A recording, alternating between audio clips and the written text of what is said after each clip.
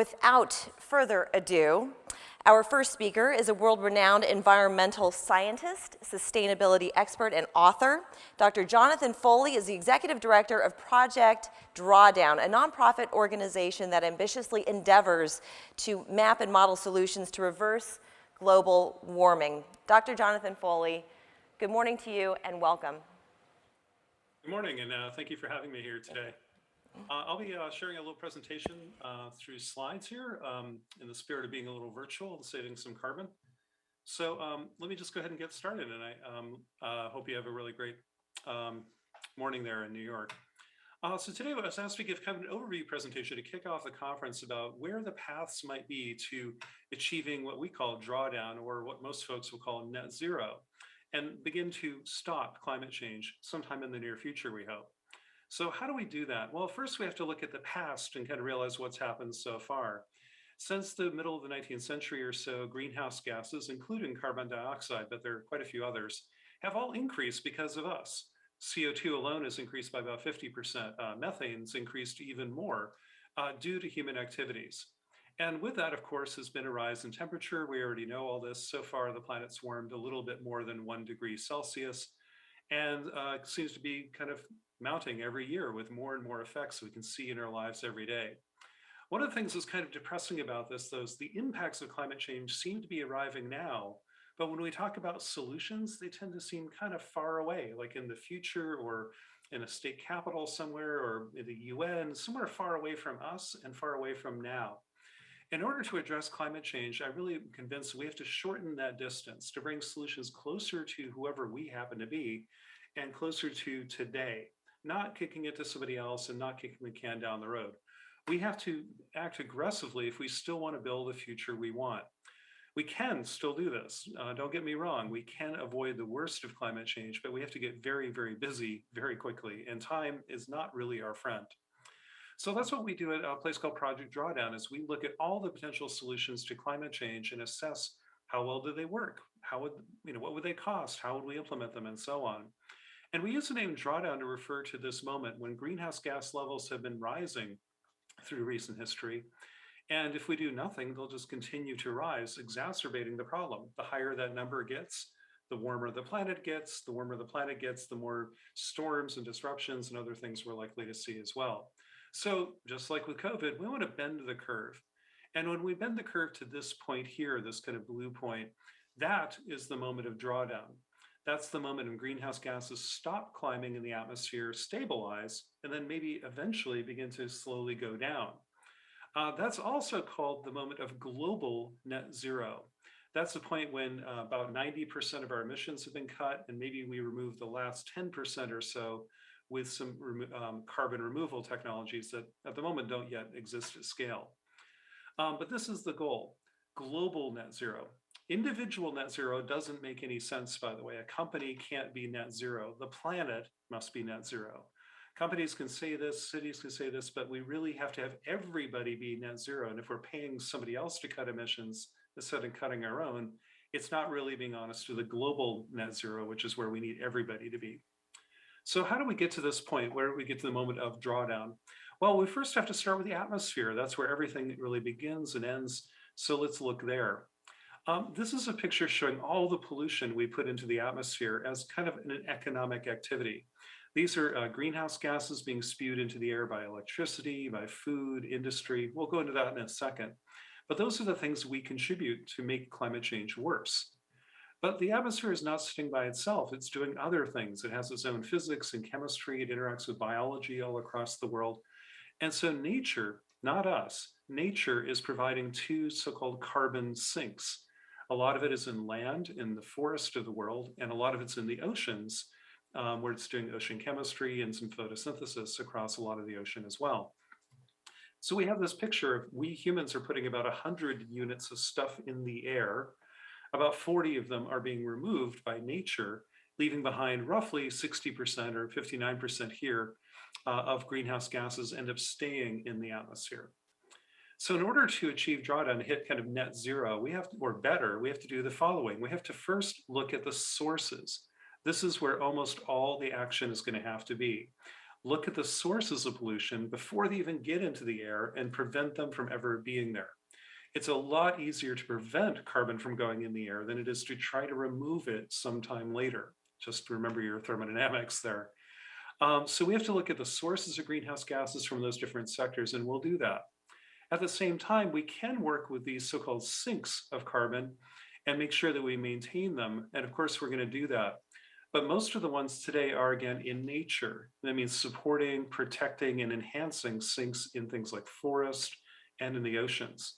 We can maybe add additional sinks in agriculture and machines, but so far they have a long way to go in order to be measurable on this kind of graph. So to really address climate change and get to net zero, we have to always start by looking at the emissions, start with the source. Globally, greenhouse gas emissions start with about 25% of them coming from electricity production, burning coal and natural gas and so on. Surprisingly, and about an equal amount globally is from food and agriculture and land use. Another roughly quarter of our emissions comes from food. So making electricity and making food together about half of the climate problem. Then we have all industries, kind of steel, cement, concrete, a whole bunch of other things in here, transportation. Buildings themselves directly from furnaces and hot water heaters and things in the building emit about 6% of greenhouse gases, but buildings also consume a lot of the electricity we see in orange, and they're made out of things in industry. So the built environment has a kind of a much bigger impact than the building per se. And then we have kind of everything else, which is a lot of things in the energy sector, a few other areas. But look at the top 90%, electricity, food, industry, transport, and buildings. 5 little things basically cause 90% of climate change greenhouse gas sources. So if we go through them, we can see lots of opportunities to reduce emissions. For example, in electricity production, we can cut the production of electricity from coal and gas and switch it to nuclear, to solar, to wind, things that don't emit CO2. But we can also look at where energy is used, kind of the demand side, and see where we could be more efficient. So a lot of efficiency in buildings and industry might do a lot of good. When Drawdown evaluates climate solutions, we look at all of these things, and these are different solutions in efficiency and shifting greenhouse gas production for electricity to things like renewables. What we see here is the size of the circles proportional to the size of the climate solution. The bigger the circles, the bigger the solutions can be. So we see here a nice mixture of efficiency and shifting to large-scale renewables and other energy sources could dramatically cut electricity emissions. In food, though, it's a little more complex. It's not just power plants. We have a whole bunch of things contributing to what causes the emissions from food, agriculture, and land use. Most of that is in deforestation. Deforestation is a huge problem around climate change and biodiversity and other things. That's roughly 10% of greenhouse gas emissions. The United States, for perspective, is about 14% and falling. Deforestation is about the same and rising, unfortunately, at the moment around the world. We also, after deforestation, have methane coming from agriculture, mostly from animals and animal products. Then we have nitrous oxide, which is a greenhouse gas that comes when we use too much fertilizer or manure on soils, and then everything else. So the big things are deforestation, methane from animals, and overusing fertilizers. Some of the ways to reduce that would be to first cut the inefficiencies in food, especially food waste, which is the #1 part of this mixture. About a third of all the food on the planet that is grown is never even eaten. So that means a third of the land, a third of the water, a third of the greenhouse gases were never even needed to supply the world's food. We also have the ability to shift some of our diets. Not all of them, but if more people could shift to maybe such a heavy protein diet like we have in the US, to something a little bit more plant-rich that doctors might recommend and so on, that would also lighten the load on a lot of our agricultural practices. We also have to protect ecosystems in the lower right-hand corner, protect forest and forest with peatlands on them, especially from being cleared, especially in places like Indonesia, and also shifting the way we farm so that it reduces some of the greenhouse gases from the farm emissions themselves. Those would all be really, really crucial. So other industry sectors are, of course, important. We have electricity, we have food, we have industrial emissions. Industry is going to be one of the hardest ones to tackle in some ways because we have to tackle steel, cement, which is a surprisingly large contributor of greenhouse gases, Plastics, other chemicals, processing waste streams, all of these things will have to be addressed. Some of them would be very, very difficult, I think, but all of them can have dramatic gains somewhere along the way. Transportation is about 14% of global emissions, so we'll have to look there. Most of that's on road transportation, but aviation is also important, along with other forms of transit. But roads kind of dominate the sector here. And then we get to buildings. Again, these are the direct emissions from buildings. So think furnaces, water heaters, leaking air conditioners. And 2 to 1, that's from residential buildings versus commercial and big public buildings. So we've looked across a whole bunch of areas where we can reduce emissions of greenhouse gases, which is always the first place to start. If the bathtub in your home is overflowing and the water's pouring out, damaging the floor and wrecking your home, the first thing you want to do is turn off the faucet. Then we can kind of get more sponges and mops to kind of clean up what's already been put there. But first, let's stop the pollution. But speaking of sponges, that is a place we can focus to support nature's existing carbon sinks and maybe add some of our own. Carbon sinks are sometimes called carbon removal, but both terms are acceptable. But just remember, nature is doing almost all of this right now. About 40% of all greenhouse gases, over 50% of the CO2 part, is being naturally absorbed and has been for over a century by forest and the oceans.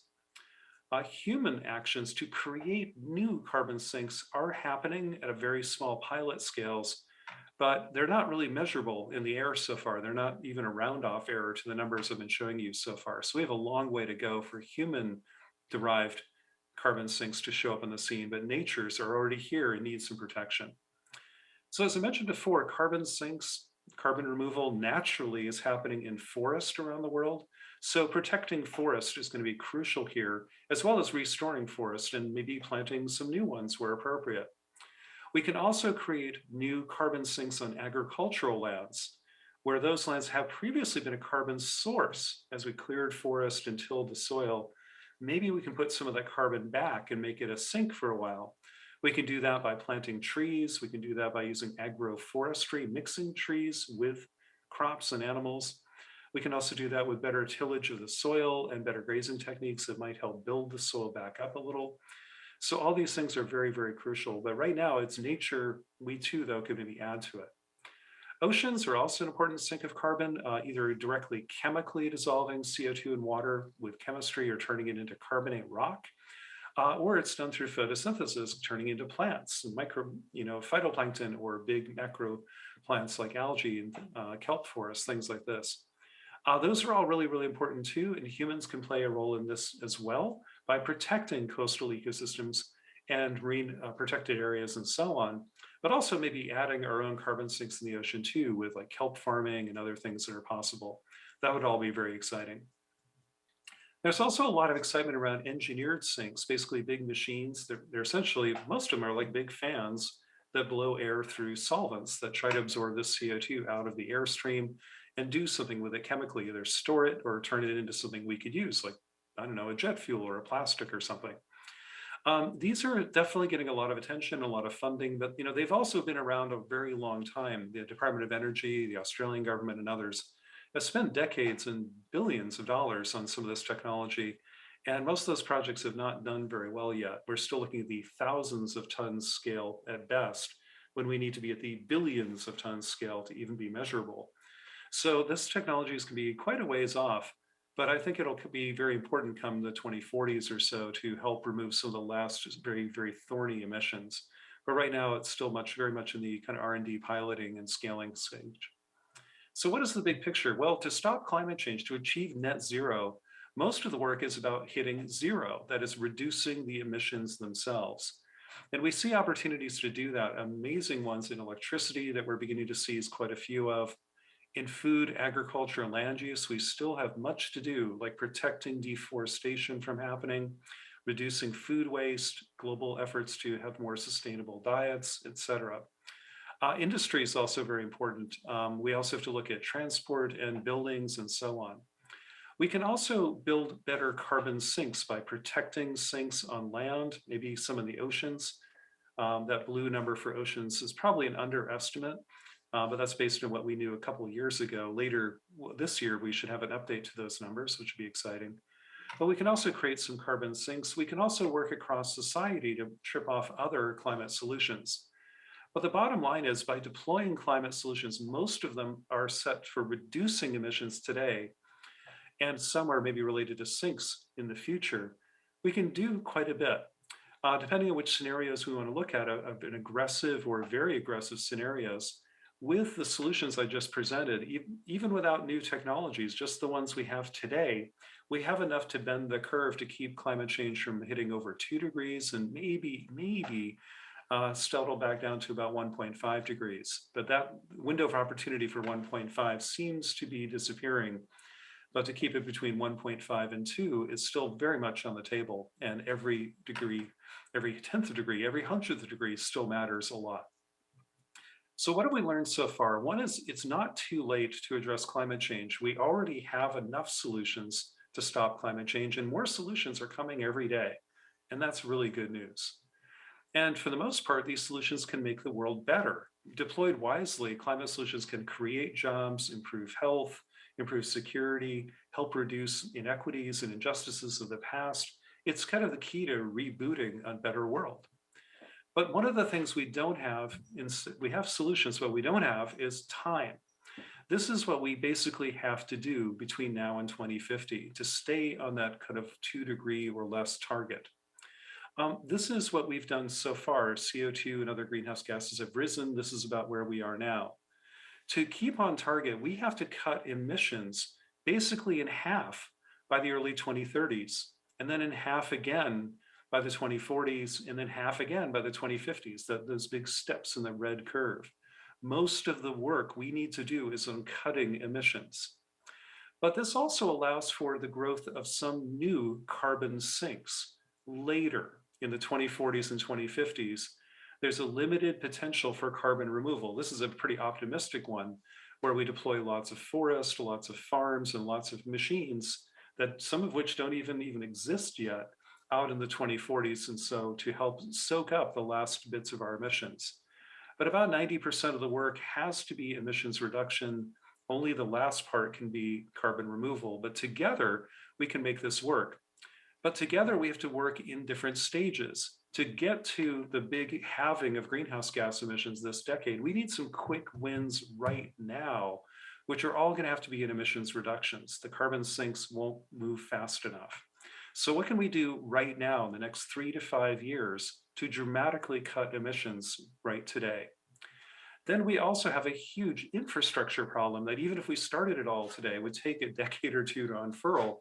That is retrofitting every building in the world, replacing every air conditioner, every furnace, every hot water heater, every internal combustion engine, every acre of agricultural land needs to be basically upgraded and remodeled in the next few decades. That's going to take billions of dollars and decades of time, no matter how quickly we work. So we need quick wins right now, and we need to truly get started on massive infrastructure work all over the world.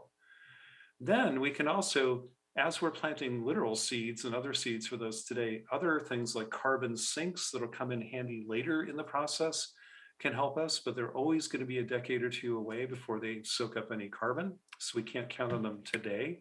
They're kind of in the later stages, as well as maybe new technologies, particularly around carbon removal or other kinds of energy generation technologies we don't yet have, but this is where R&D will pay off and give us more tools as we're kind of nearing the finish line. But again, we need the two big ones today are some quick wins. How do we turn off big sources of pollution right now, particularly methane, particularly things like deforestation, things that could literally be just shut down while we're beginning to flip all the world's infrastructure. Those are the two crucial games for the next 3 to 5 years. Other things will have to sequence in as they need to over time. Well, let me wrap up by saying climate change is, of course, an enormous challenge, but addressing it may be one of the biggest opportunities we've ever had as a species.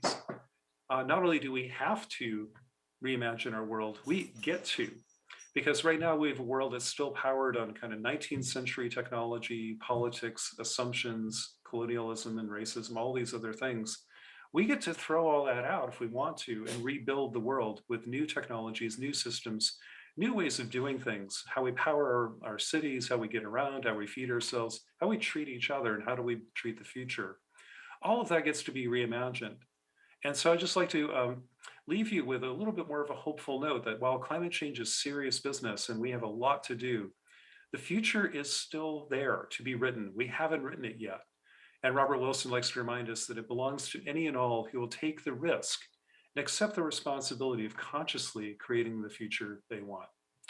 So with that, I want to just say thank you and look forward to the rest of this wonderful summit. And thanks for your attention this morning. Cheers.